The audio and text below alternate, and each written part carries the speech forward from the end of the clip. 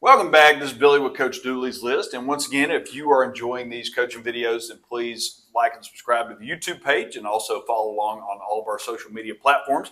Today, I'm here at Jackson County High School with head soccer coach and also assistant football coach, Jason Guzzardo. Coach, I appreciate you taking the time out of the day. Appreciate you coming. Yes, sir. And, we kind of jump right into it. Tell everybody a little bit about your coaching journey and how you ended up here at Jackco. So this is year 21. This is my fifth tour of duty. Just kind of, how I kind of got started into kind of coaching and education. A lot of people don't realize when I first got into, before I got into, I was actually in the private sector of criminal justice. Oh, wow. For about a year, and quickly realized that, wanted to help youth make good decisions instead of enforcing consequences. Yes. Came back home and went back to my alma mater, Burtmar High School, and got into coaching there. And then Lakeside High School, had a great tenure there. Then I had an opportunity to jump up to Tequila High School for almost 10 years and take over a girls program that needed to be revamped, and then later on the boys, and enjoyed my time there. And then a year in Carrollton, with a real good friend of mine, Sean Calhoun, who's down in Colquitt, and then had the opportunity to come up here to Jackson County, and reminded me a lot of Burtmar High School in the late 90s and 2000s, and was what attracted me here. So,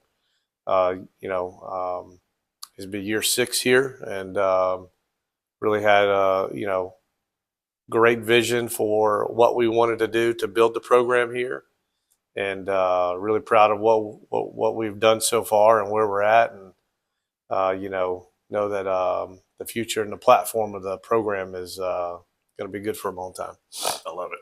And I love your journey too, just kind of over it. And I always do shout outs. You brought up Coach Calhoun, and Yes, I was just checking to see if anybody watches. So Coach Calhoun, if you see this, text me, and I will drive all the way down there and get you lunch at some point in time. So nobody ever takes me up on that. But no, and so in all your different stops at some various places for sure, you kind of change your ideas and how you want to run things, and as you get older and wiser too. So, in building your program the way that you want. So what is it you want your program here to be known for? I think, and I'll just kind of preface, I think I probably had my biggest growth when I was at Tequila High School, knowing what values I wanted and what I envisioned the program to look like. And I think more than anything, what I learned there, which I brought here, is the value of establishing your culture, staying convicted with your moral compass, and knowing that if you do those things the right way, then as you get success, it's even better. And, you get to see everything come to fruition. And I think right now, we got to really see that on the boys' side here last year with a record year. It was just a fantastic season. And probably going to capitalize on that again this year. And I think that, it just speaks to today's climate, how hard it is or how easy it is to, jump ship or do something different with everything that's out there, whether it's collegiate NIL or, the speak of high school NIL and stuff like that. They get, youth get so distracted. I think as a coach, it's just so important to just stay grounded and know that if you're doing the right things and you have the right people around you, which I'm really blessed that I do here, that support what I envision, then when you have those victories, and it sustains for a long time. And that's ultimately kind of my goal. When I look at whenever I retire, I'm in year 21. It's hard to think I'm already going to be retiring, maybe 9-10 years from now. But that when I leave this place at some point, a long time from now, that it'll keep going. Right. The ship will keep going. And I think that ultimately that's kind of my goal to measure myself as a coach is when I leave a place, is to continue to be great. And, I look back at, Tequila High School soccer now. I mean, they continue to do really well as well. So yeah, that's kind of what I look for my program to be known for, and kind of hang my hat on.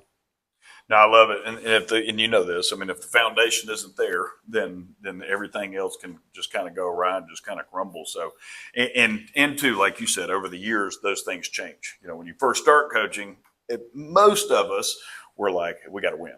It doesn't matter what, get there, and then you start realizing that yes, that all that's not sustainable if you don't have that foundation. So, Yes, sir. no, I love that. You know, and so in all your years and all your stops, there's always great coaching stories along the way. Most of them have nothing to do with being on the field, but sometimes they do. So, what's one of your favorite coaching stories from over the years? You know, I thought about this the other day. I actually was talking about this story with a colleague. Actually, it has to do with me. Um, you know, as coaches, you know, you read a lot and try and get as knowledgeable as you can. And actually, I remember probably about 10, 12 years ago, I was reading a book by a coach named Anson Durrance. He was the women's soccer coach at UNC Chapel Hill, and very successful. And I remember in that book, there were certain components in there where players would tell stories about their experience or their coach speak, I guess. And it was a game where they were going down to play Florida State. They're like number 2 in the country, and they were down like 2 or 3 nothing at halftime. And the coach came in and threw a chair in the window, and they went out and won like 5-3. And so I remember, you know, like this was about 10 years ago when I was at Decula High School. Hopefully, one of my players doesn't ever see this again, but they'll probably still talk about it. But I went in and we were at halftime. You know, we weren't losing, but we weren't performing against the team we thought we should. And I was like, you know, I'm just going to go in and just throw a chair and just say a couple things and go out and just take care of business. Well, at the time at Decula High School, the original field house at Decula High School is like almost like a big warehouse, and we had gone in and, you know, built it up for the soccer programs. And at the time, I was coaching girls, and I went in and threw a chair. And Coaching girls. Coaching girls. Okay, that changes the story in my head too. Threw a chair, and that chair hit a wall and set off the fire alarm in the entire school. And wasn't much to say after that. And we went out and we won the game. Didn't quite go as I had envisioned in my head, but that's a story that I know that those players will probably still talk about today. Did they have to evacuate? We didn't have to evacuate. The fire department came and we got a bill. And my principal said, "Well, I'm glad you won the game, Guzzardo. Otherwise, you're going to get that bill." So. But yeah, winning a lot of times cures. Yeah, what else. yes, sir. Yes, sir. Yes, so sir. No, that's a great one. So if one of those players from back in the day, you know, obviously aside from saying, hey, you know, throw a chair to get them motivated, you know, if somebody did come to you and said, you know, Coach Guzzardo, I want to be a head coach one day, what piece of advice would you give them? I would probably tell them to really organize your thoughts. Because, you know, going into coaching, it's so much more than just X's and O's. I mean, you know, you could sit down and have tactical conversations with anybody about any sport, but you really got to organize your thoughts and be really surgical about how you're going to convey those thoughts. And I think most importantly, I would tell young coaches, have patience.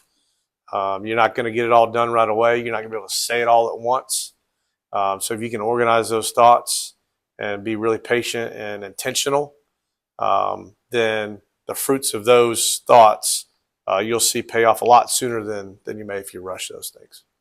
No, and I found that too in talking to younger coaches. Everybody organizes differently also. And, you know, some people have to write it down. Some people have it in their heads. Some people on their phones. But it is important to say, hey, here are the things that I want to accomplish, because between teaching, I mean, even what you're doing, I mean, you got a caseload, what you said, 200 kids that you're trying to help get graduated, and you have all the other distractions that come. And if you don't have them organized somewhere, it's very easy to get distracted and head down a different path for sure. So, you know, and again, one of the big things in being organized and trying to run a program, you know, you got to order uniforms, you got to get referees, you got to plan a lot of stuff. And one of the big ideas with Coach Dooley's list on the website is to help coaches just maybe make their life a little bit easier. And so the big thing is trying to connect vendors with coaches.